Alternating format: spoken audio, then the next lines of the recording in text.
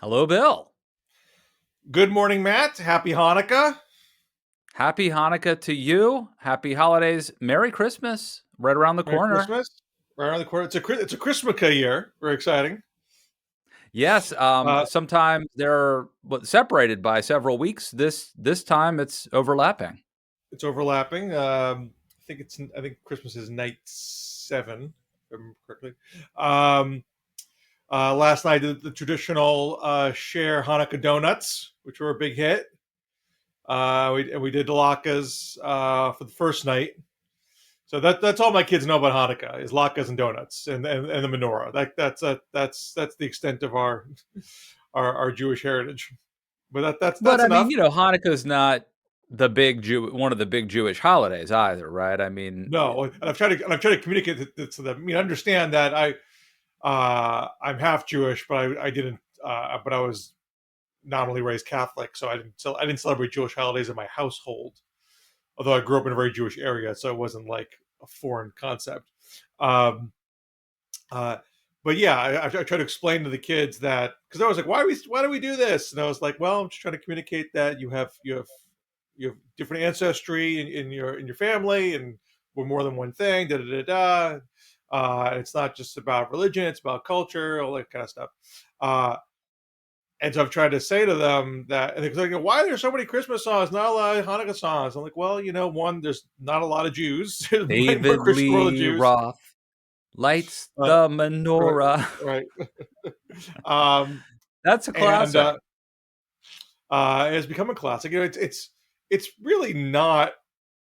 It's really not a Hanukkah song. It's just a list of people who are Jewish. It's not about the day or the spirit or anything.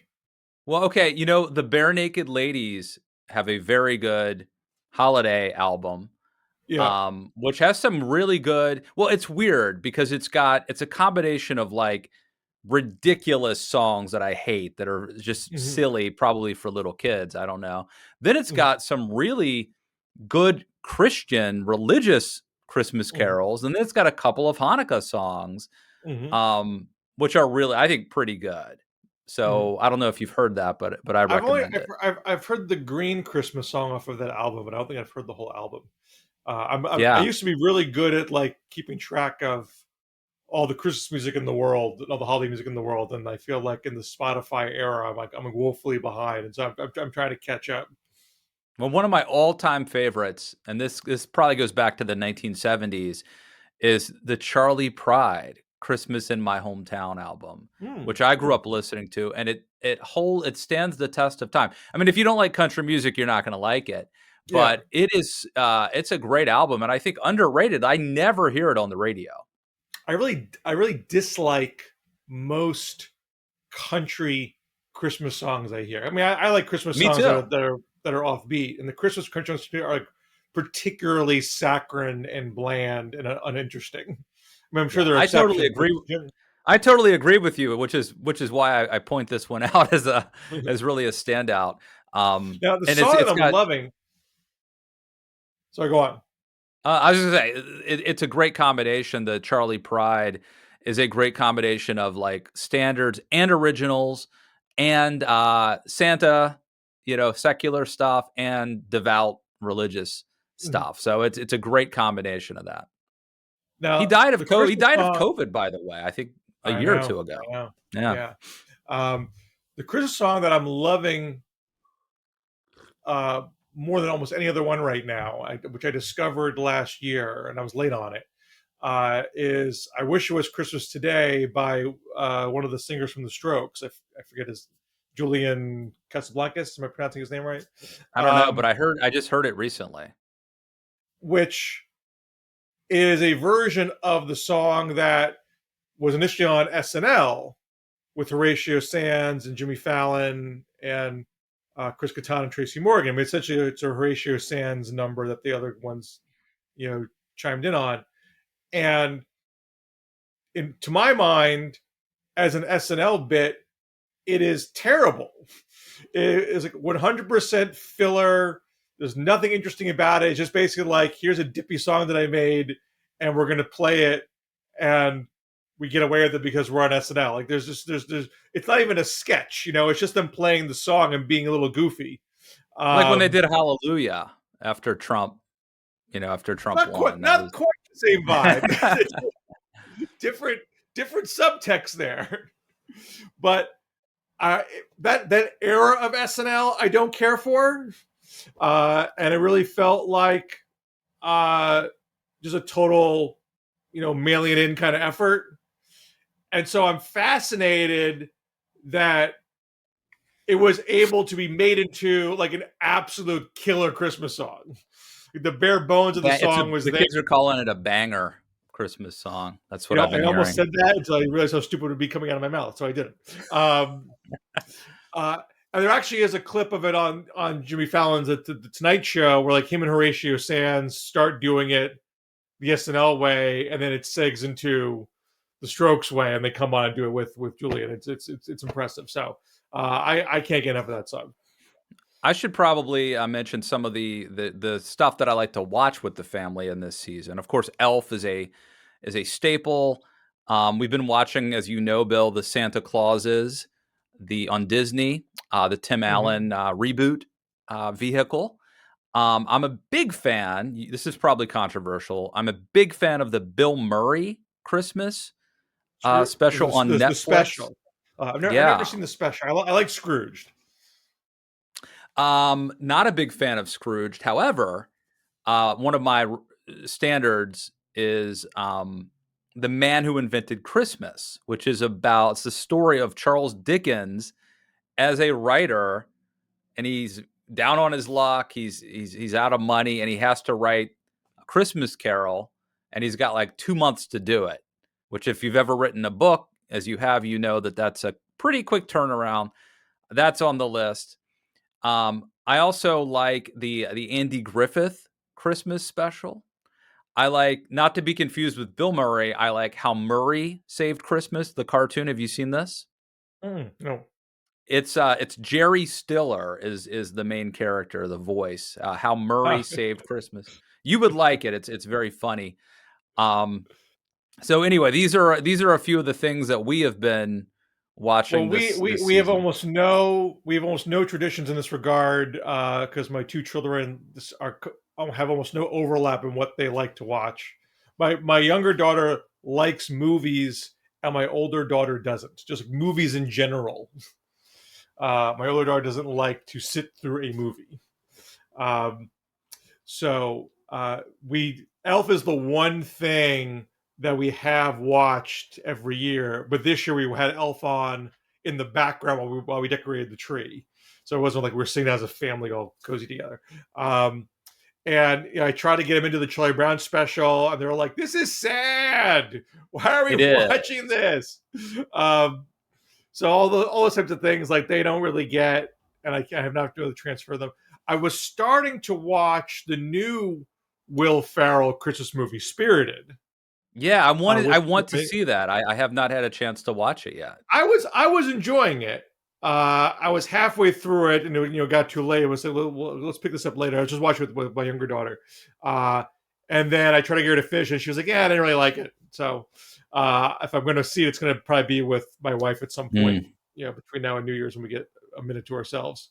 But I was liking it. It's Christmas Carol.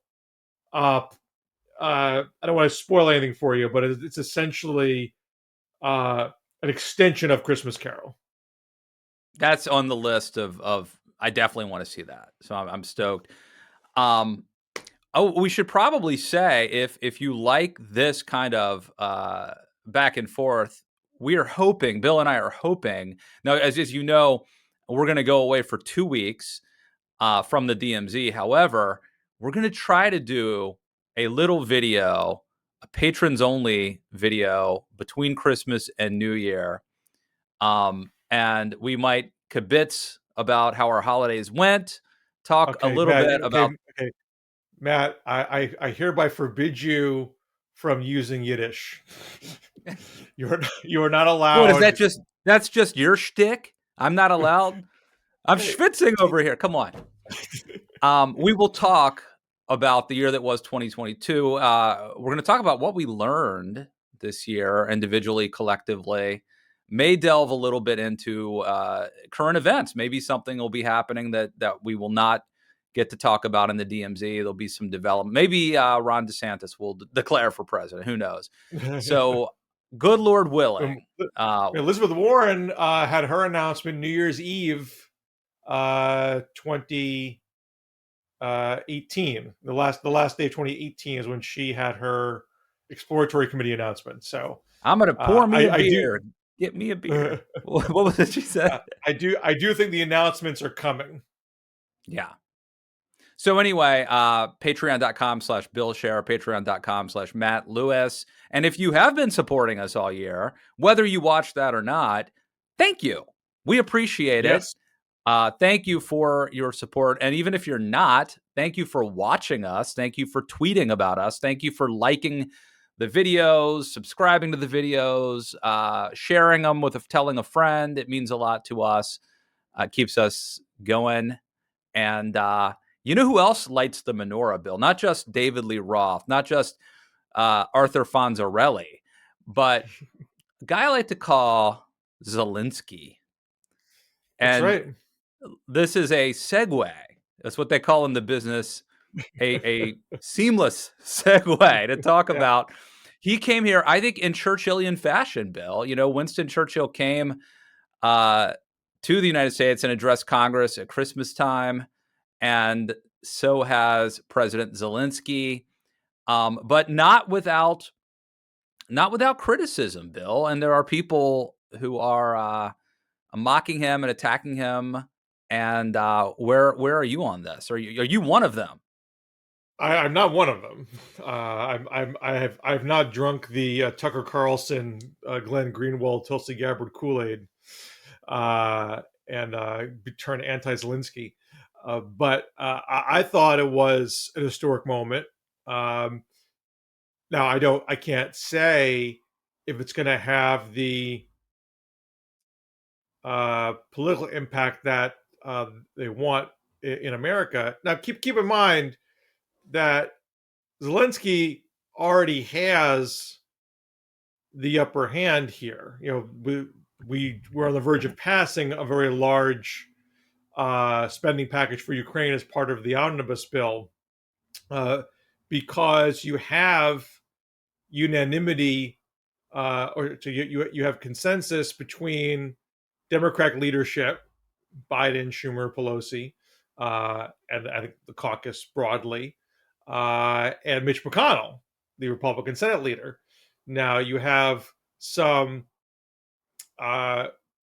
pockets of discontent. You have the far right faction in the House, the handful of people that were sitting on their hands or not clapping, Lauren Boebert, Matt Gaetz, a few others, and Kevin McCarthy, clearly is sensitive to that. I don't know what's in his heart of hearts, but he makes sounds of we need more accountability, we need more oversight of the spending. Well, I'm okay as long as that isn't like a red herring. I'm okay with it. I mean, there is corruption in Ukraine, and you just give people a blank check. I think we should give them a ton of money, but I'm not inherently opposed to keeping an eye on what happens with it, as long as that's not like a fig leaf for not doing anything to help them. Right. But I think the people pushing the argument are doing it disingenuously. I mean, your point is correct. Like, you should always do your best to monitor where money's going. This was a big deal in World War II. Truman, essentially salvaged his reputation. He was seen as, a hack from out of a corrupt Missouri machine. Right. And he reformed himself as more of a good government figure by leading the commission that was tracking where our money was going, and often being used inefficiently. Yeah. You know who wrote about that really well? David McCullough, one of the we'll call him a conservative that we lost in 2022. I just interviewed Tevi Troy. Was he genuinely conservative? I don't know about that. I just interviewed Tevi Troy, my friend who's a presidential historian, and he did a piece for the Washington Examiner, and he, with caveats, included him on the list of conservatives we lost. We've got, it's PJ O'Rourke, It's Lucien Goldberg, um, a lot of names, but I think McCullough deserves an asterisk at least. Fair But enough. he did. I think he very much helped Harry Truman's reputation. Truman was Yep. not highly regarded. He was ranked very low. And now I think his reputation has continued to improve in recent I, decades. I agree. So anyway, you can be for good accountability without using accountability as a smokescreen to cloak your opposition to being involved in the effort. But the Josh Hawleys and the Boberts and those folks, I don't think that's where they're coming from. I think they're coming from a disingenuous place. Uh, and I just think on its face, the argument is stupid. Ukraine's winning. It's not like what's the argument that we're giving all this money and they don't need it and they're like redecorating their homes with it. There's clearly Well, I mean, I think being yeah, I mean, used I think to defeat Russians. yeah. No, well, I think the bigger argument is that we're going to make Vladimir Putin mad, and that if we just let it alone, That's not an accountability. That's not let's watch where the money's yeah, going. Or that is we shouldn't be their argument. If that's your argument, yeah, fine, go make that. But the accountability thing is a total ruse if that's your underlying point. right. I do think though to the segue that I made about Zelensky lighting the menorah, there is something of a troubling narrative that is developing in some quarters on the right, Bill, and the notion is that Zelensky is anti-Christian. And part of the reason that this is being pushed is that in early December, the Ukrainian government started cracking down and effectively trying to shut down the Russian Orthodox Church in Ukraine. Now, the reason they did this is it looks to be, according to Ukrainian authorities at least, the Russian Orthodox Church, which is one of the two. There's another Orthodox Church that's affiliated with the Archbishop. It's technically in Turkey, but the Patriarchate of Constantinople, which I guess is Greek Orthodox. But in any event, it looks like this Russian Orthodox Church is sort of a fifth column operating inside Ukraine, basically a spy network and advancing pro-Russian Moscow propaganda. But in any event, regardless of the merits, I think it is dangerous if this idea advances that Zelensky is anti-Christian and that he's cracking down on religious liberty and persecuting Christians in Ukraine. That obviously would be a poison amongst the conservative movement. And you could see how that would, as Republicans take the House of Representatives, how that narrative could potentially really split the Republican coalition and the support that currently does exist for Ukraine. Right, so this was in the New York Times, December 2nd. President Zelensky called for lawmakers to prevent the branch of the Orthodox Christianity that answers to Moscow from operating in Ukraine. His administration would draft a law, quote, making it impossible for religious organizations affiliated with centers of influence in the Russian Federation to operate in Ukraine, unquote, Zelensky said in a nightly video address. In addition, he directed the government to conduct an inquiry into the Ukrainian Orthodox Church and its ties to Moscow, quote, and if necessary, take measures provided for by law, unquote. But he did not elaborate on how a new law would work and how it would be enforced. Several religious and legal scholars said it could face legal challenges, and without seeing more detail, they're not sure how the government would proceed. Zelensky's plans may be popular with an increasingly anti-Russian populace, but they raise hard questions about what it means to be a collaborator in a nation at war and how a ban on the church would square with freedom of religion under the Ukrainian constitution. So, I mean, you can have a debate about the merits of the approach, but the place where it's coming from is not anti-Christianity; it's Yeah. anti-Russia. And Yeah. if there are conservatives trying to use this as a way to smear Zelensky, again, it's disingenuous.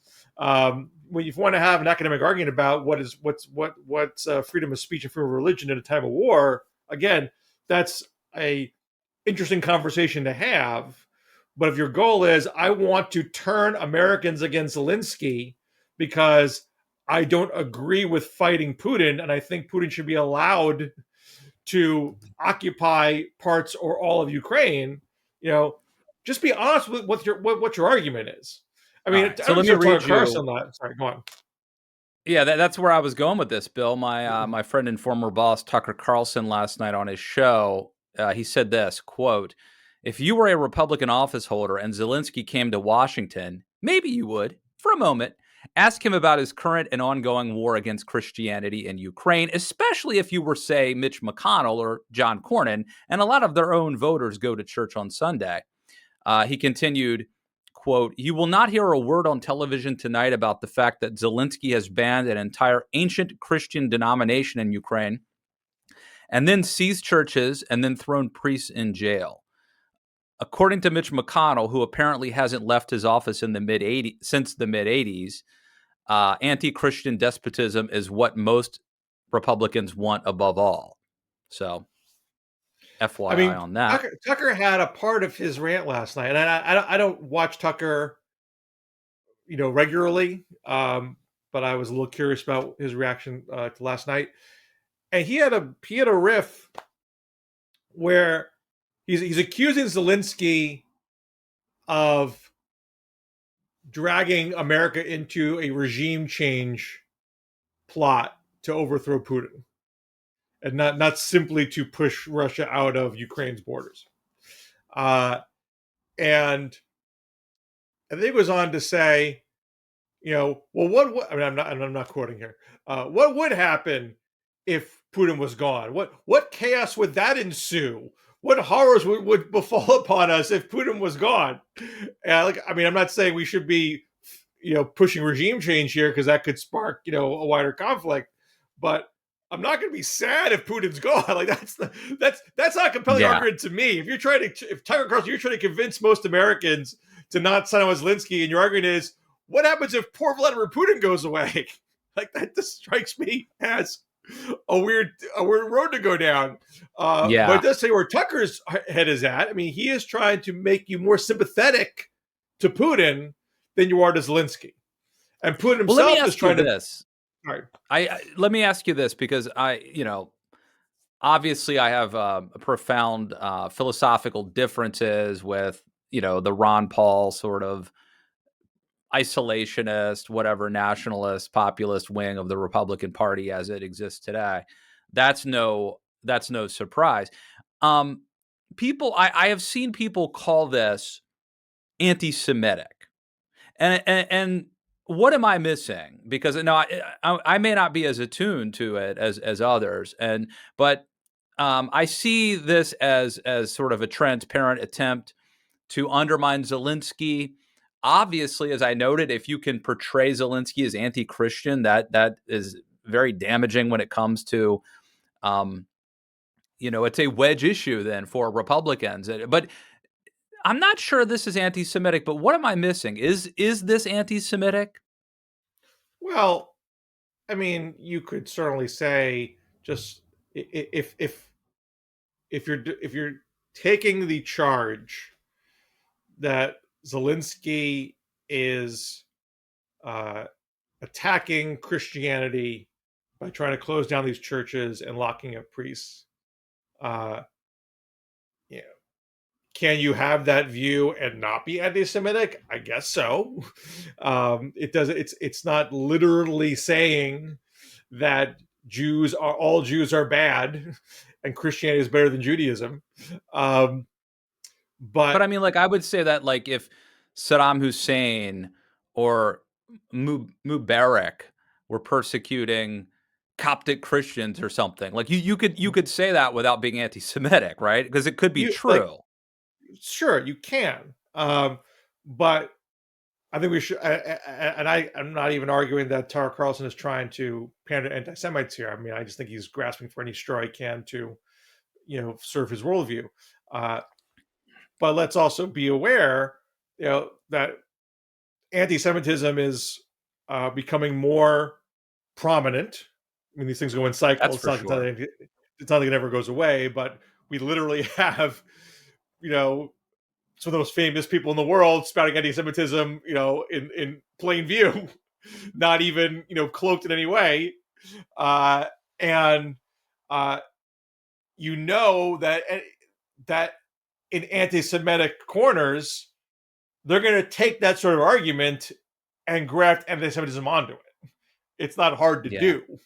You're a hop, skip, and a jump away. There are some tropes about. I mean, Zelensky is kind of being portrayed by some on the right as like a charlatan, or you know what I mean, or like so maybe there are some overlapping tropes, but I just feel like the people that I've talked to who they clearly see anti-Semitism, and I'm not talking specifically about Tucker here, just some of the stuff being pushed by the right against Zelensky, and I don't quite see it, but I'm open to the fact that maybe I'm just missing it. I mean, only in that anyone who is Jewish being accused of trying to snuff out Christianity is going to be a target for anti-Semites. So, I mean, look, when George W. Bush was trying to rally the country and the world to oppose radical Islamist terrorism, from the very, and I'm not saying I'm a huge George W. Bush fan, and I agree with everything George W. Bush did, because I'm not. But he was always cognizant from the very, very beginning that you better make darn clear that when you're saying that, you're not painting a broad brush against all Muslims. So he always had rhetoric that tried to mitigate against people interpreting that the wrong way. And I'm not saying that it worked. There was definitely a lot of anti-Muslim bigotry, hate crimes that occurred. But he at least had the knowledge to recognize there's a potential problem here that he should try to guard against. And you certainly don't see that kind of care being put into anyone on the anti-Zelensky side of things, trying to make sure they're separating themselves from anti-Semites. At least not that I'm aware of. All right, Bill, you've when you mentioned George W. Bush, it triggered a memory that I had of something that happened right after you and I taped last week, which is you were attacked by the Young Turks, right? By Right.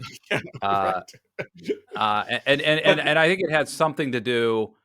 They played a video. You might not have even seen it, but they played a video, and they said that like you were. Because you were critical of Bush. They mentioned back in the old days when you were like a left-wing blogger and that you were critical of Bush back then. That's what reminded me of it. But tell us, what was this controversy, and is it in the rear view, or are you still under attack? Oh, I'm not being attacked for it right this precise second. Well, let's get it going again then. Let's reinvigorate this. What's funny about the whole thing, and this is obviously a very abrupt segue from Ukraine, but this is when Sinema announced her becoming independent, and I had a thread that's that basically, I mean, it wasn't even arguing that this is all the left's fault and poor Kyrsten Sinema is being wronged here. I was clearly saying there's blame to go around on all sides at the breakdown of the relationship between Sinema and the Democratic Party. Yeah. But my basic point was, if you were somebody who was calling for primarying Sinema and accusing her of not being a real Democrat, congratulations, you won. You got your way. But keep in mind that the last time this sort of thing happened with Joe Lieberman in 2006, when he was primaried, he lost the primary and then stayed in the Senate, winning as an independent.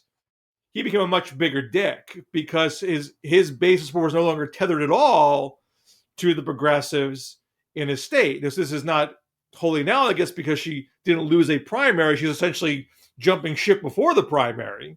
But she's basically removing the progressive faction of the Democratic Party in Arizona in her base of support. And so she doesn't need to cater to them By anymore. By the way, I don't know if you saw the latest. According to the Huffington Post, Democrats are not going to allow her to utilize their database, their I guess we call it voter why should vault. they? She's not a Democrat. I mean, Well, they might want to that's a pretend she reasonable is. response.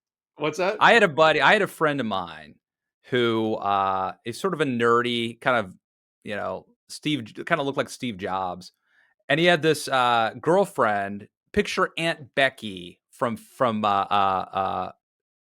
What was that show called with Uncle Jesse?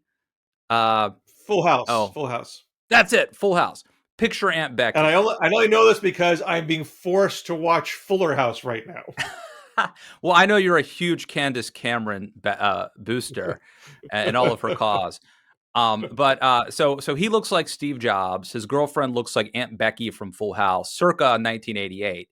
And his philosophy was, I'm just going to pretend that this is my girlfriend. I'm going to act as if she's my girlfriend. Well, they're married now and have a kid. And so if I were Democrats, I would act as if Kyrsten Sinema is still a Democrat. It's like, we never got the memo. Sorry. But that's not. But that's not what. I mean, the whole reason why this is happening is, the primary challenge is already afoot. Ruben Gallego has been actively, running, in everything but name, for over a year.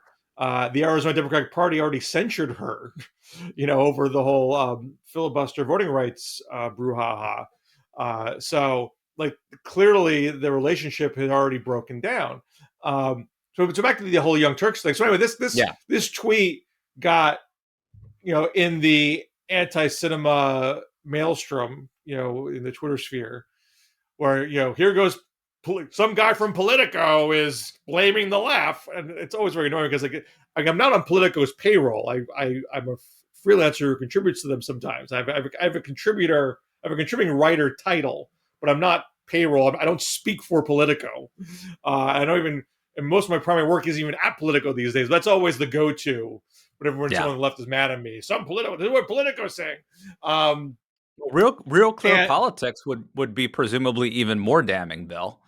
Well, you get that sometimes, but it's rare that someone says, "Look at this guy from the Washington Monthly. Where does he get off?"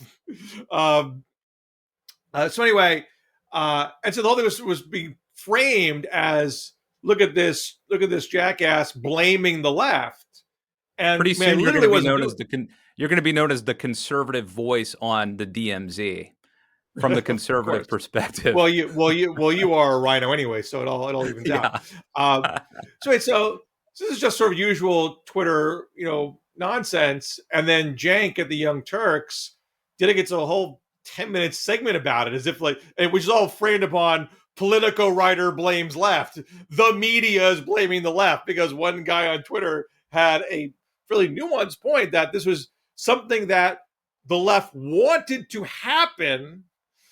They want it to happen. They got it, but it may backfire on them in some way, which is a wholly different point. It's not even about blame at all. Just that question, they wish though, Bill, this would occur. Is this attack on you anti-Semitic? Is this evidence that this conspiracy is much broader than we thought? Well, the thing that Cenk did, which definitely gets under my skin, is because I know Cenk knows me. We were friendly in the old blogger days. He even had a Young Turks party in DC not too long ago that he invited me to. So to get attacked like that is always irritating with somebody and he said, "Oh, well, Bill, he used to be a progressive blogger in the Bush days, but he knows how you get your bread buttered in Washington, being a corporate shill." Right. And I'm like, I'm literally a freelancer who writes from my dining room table. And I made a thread about this, and I'm not trying to, be a sob story or anything. This is just like the plain facts. I was a salaried blogger for a progressive organization for nearly 10 years. And when I was writing stuff that was, contrarian as a freelancer, which I wasn't doing initially. I only started doing that partway through my tenure there. When I started doing that, my bosses would kind of chide me about it, but and first worried I would get fired because I was saying stuff I knew that was not my boss's worldview. But they were like, yeah, you're wrong, but so be it. Keep doing what you're doing. They didn't give me that big of a hard time about it.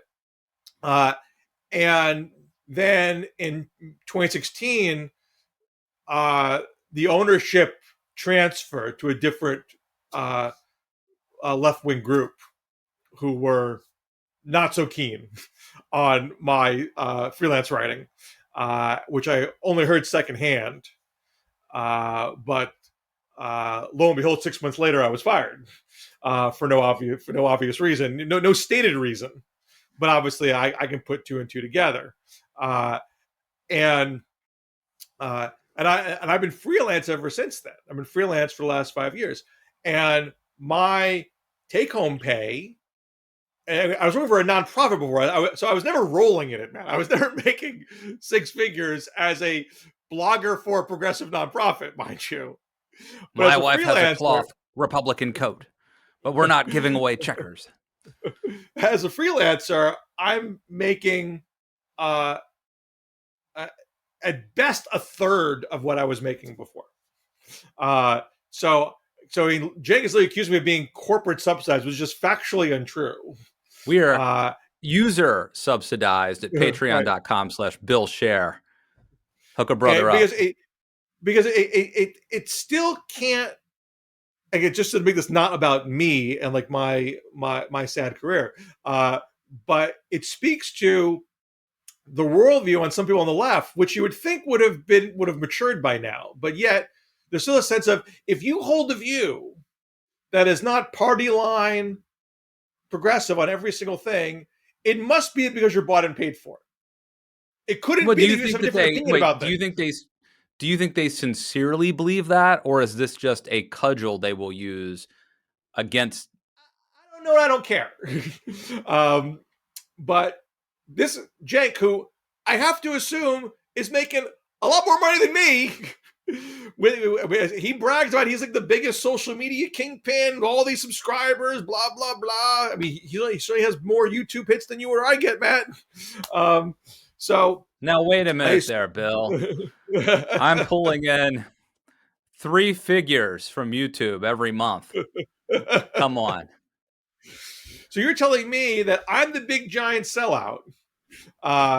Just because I have a different opinion than you, when you were doing demagogic things on a regular basis, which clearly make money. You make more money being a demagogue sometimes than you do being a boring centrist. Sometimes. Come on, nowadays it's most of the time. And what's extra super duper galling about this, and forgive me for betraying my emotions. Just this past year, Cenk endorsed Rick Caruso for LA Mayor over Karen Bass. He endorsed the corporate millionaire businessman over the Democrat because he hates the Democratic Party establishment so much. They wanted to give them what for? So because you just said that, this is going to start a big war. And this video is going to now be seen by millions, and the whole world is going to think I'm somebody who dresses like this on a daily basis.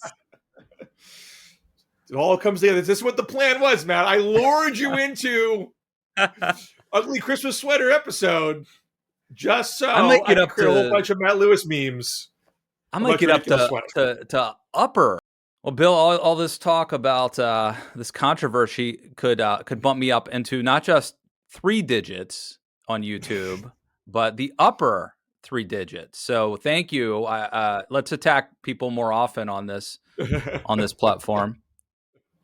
I know we got off track, but we should talk about George Santos, I think, before we end 2022 here in the DMZ.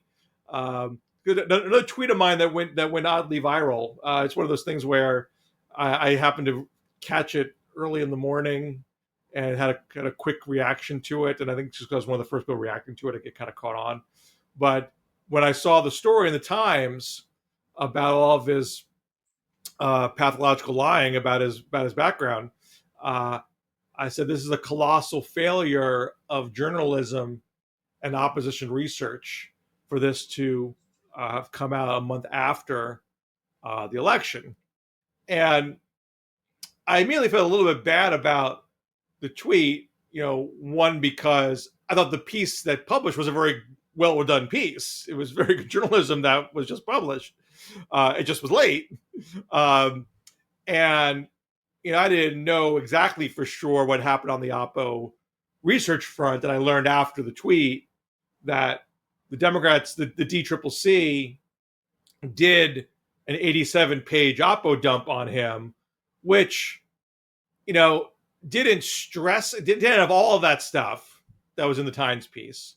Did have some of it, but it's a literal dump of a memo. It's just like, here's everything. It doesn't weave much of a narrative, and it didn't really stress the lying part as it did the MAGA part. Right. And so there were some people in my thread saying, why are you making this about Democrats? This should be about the media. This should be about Republicans. I'm going to get you about all these things, but certainly, I mean, everyone involved in this should be looking at what do we do wrong here, so we don't make these mistakes again. Yeah. And for those who don't know, and I assume everyone watching this knows, but I don't think you told the story. Basically, this guy got elected to Congress based on what appeared to be a completely fraudulent resume. I mean, it's unclear where he got his money. We just found out that he was married to a woman before. He's the first openly gay Republican to be elected. We didn't know he was married to a woman before. That just, the Daily Beast reported that. There's a whole bunch of pretty much everything. He claimed to be Jewish. He claims to be Jewish, right, and he doesn't have any Jewish background. Everything in his bio is now called into question or uncorroborated. I mean, I'm portraying this in the most, I think, favorable possible light. And it wasn't really litigated in the campaign. I wonder how much of this is the result of the death of local media. I don't know. He's in somewhere in New York. And there was some local journalism. I mean, there is local media. They did get some of these threads, but they didn't get all of it. Right. So I ran a congressional campaign in North Dakota in 2004. Okay. And back then, the Bismarck Tribune, the Fargo Forum, the Grand Forks Herald were incredibly powerful. Everybody read them. And I can guarantee you, if my candidate had it would have been completely discovered and he would have been drummed out of the race within a week if this had been the case. I mean, where I live, a few years back, there was a candidate for sheriff that was not honest about his academic resume, and that got caught by the local paper. And what made me, I think you have a confluence of events in this case. So this is a New York City, Long Island district. So it's Nassau County and Queens. So you're in the biggest media market in the country. So there's some, local Queens, Long Island media, but you're really dominated by New York Times, like News, New York Post, the local TV stations and so forth that have a gazillion stories to write about every single day. And so it's harder to, and even these bigger operations don't have unlimited resources. So they clearly didn't put their resources into, let's do the basic background check on every single congressional candidate or down ballot candidate running in the New York City metropolitan area. That's a lot of candidates. So I'm sure that played a role here. And Democrats, they're doing DCCC is doing oppo on hundreds of candidates. And this was actually in an op-ed piece by a Dem oppo researcher in the New York Times that just came out today. And he wasn't involved in this race, but he was speculating with some professional expertise that it was a logical conclusion for Democrats to draw that, hey, we got all this MAGA stuff on this guy. We got abortion stuff on this guy. That's where the action is. Right. I mean, that's what's going to move the needle. Yeah. Which did in a lot of races. So it wasn't like a ridiculous conclusion to draw. That was the right bet in a whole lot of places. And this really weird thing happened in the New York City suburban area Republicans did unusually well, largely based on crime arguments, which didn't really translate in the rest of the country. But Sean Patrick Maloney, who's the D-Trip head that lost his Hudson Valley race, he argued that it's not even just a question of redistricting that failed us. It was that Rupert Murdoch, New York Post, Fox News, panicked the suburbanites over crime to such a ridiculous degree they dragged us all down. And so maybe if you could have gotten out that this guy is just a straight up liar, maybe that would have overcome that dynamic. But they didn't. They just didn't see it coming. They didn't see how dire and how unique their predicament was in this particular area of the country. So you have a lot of factors coming in here. I would say, Bill. But one other thing I would point out, and we probably shouldn't go too much longer. But one other thing I would point out is I think that this is evidence of a culture of corruption or whatever, a culture in the Republican Party that not only is going to now have to defend this guy and seat him as a congressman because they have such a narrow majority in the House, but that it serves as a magnet for people like this, like Marjorie Taylor Greene, 2 years ago, elected in Georgia. When I used to do campaigns in the olden days, we had people like her. They didn't get elected. They came and volunteered, and people would be like, okay, we'll let her in the basement stuffing envelopes. Don't even let her go door to door. We don't want anybody talking to her. God knows what she might say. And I think that the Republican Party today is attractive to people like George Santos. So the character. Remember how Mitch McConnell talked about the sort of character issues or deficiency, candidate quality, I guess was the word. Candidate quality is going to be an ongoing problem for the Republican Party in the new year. Well, this guy won. I mean, candidate quality made them lose a lot of races. They won this one. I mean, it's an exception, and I think it really. I don't think it really had to do with the quality of the candidate. But Trumpism is a magnet for sketchy people who might otherwise not think they could run for office and win. They have been given a permission structure. And I think that this is indicative of a culture problem on the right to some degree. You've no argument for me there. What I don't, I'm ignorant about this. I don't know how he got the nomination. He had no primary challenger. So he was the primary. He ran before. Canceled. I believe he ran and lost 2 years ago. Correct. So I don't know if the people in the party knew this guy was sketchy and thought, "Who cares?" or they just didn't know, and he was the one guy who raised his hand, so he got it. I know there was one quote. I think one of the local papers that said, "We don't want to touch this guy with a 10-foot pole." Now they did touch him. He did get some national money. But there's going to be some sense this guy wasn't, at a proper level of quality. But I don't know the full story of the Republican side of how he got to where he is. But the thing, I don't want to be a total, armchair quarterback because I think the Democrats got some stuff on him. They certainly got enough on him. I mean, you do the Oppo dumps as a prompt. You basically go to the press and say, look, we did the first cut here. We found this. Maybe you should look at this and see what you can do with it. I mean, it's not to try to dictate and write the story for them, but if you find out something, you pass it over, and they should do their own due diligence and see if it checks out on using journalistic methods and fairness. It doesn't seem like it was all pursued robustly by the bigger organizations. And the thing that I find most galling is, I mean, this is sort of journalism 101 stuff. You check the basic resume. It's some things might be harder to find in the chaos of a campaign. Some things just take deep dive reporting, and maybe you just don't get you don't hit pay dirt in time. That's not the fault of journalism, because some journalism is just hard to do. Did this guy go to the college that he said he went to? That's the easy stuff. That's just calling the college. Did he go here? And that seemed to have not been done until after the election. Like that to me is Indeed. actual journalism failure. All right. Well, we probably should leave it there. Happy holidays, everybody. Happy Hanukkah. Merry Christmas. Happy New Year. We probably won't see you again until Unless you're a until the New Patreon Year. supporter. If you're a Patreon supporter, good Lord willing, we will put together one more video exclusively for you. A special thank you. Check out my podcast with Tevi Troy, where we talk about the conservatives we lost in 2022.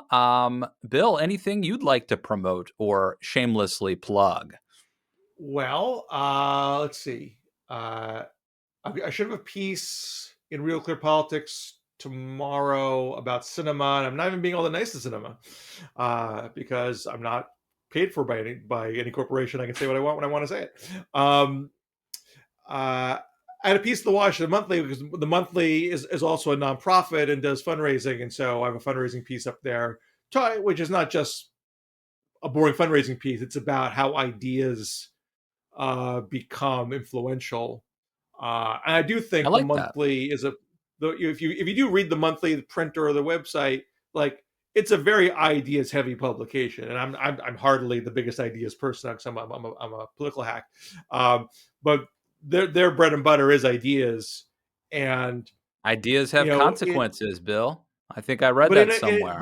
in the social media universe, like meaty ideas often aren't the things that get traction in our daily conversation, and I think ideas are becoming harder to find and engage with and promote. So if you're a person who wants to see like what are the latest and greatest ideas out there that deserve more sunlight and attention, I think the Monthly is a great publication to subscribe to and donate to. So there's that piece. And next week I should be having my annual mega look at the 2024 candidates for Politico. Literally, for the last 4 years, I've written about 2024 presidential candidates and how their past years have been. So this is the latest and greatest. It should be coming out next week. Awesome. We'll check that out. Thank you, everyone, for another great year. I don't know how many years we've been doing this, but it's a lot. Thank you, Bill Scher, and we'll see you back here next week in the DMZ. Merry Christmas to you, Matt. And to you, my friend.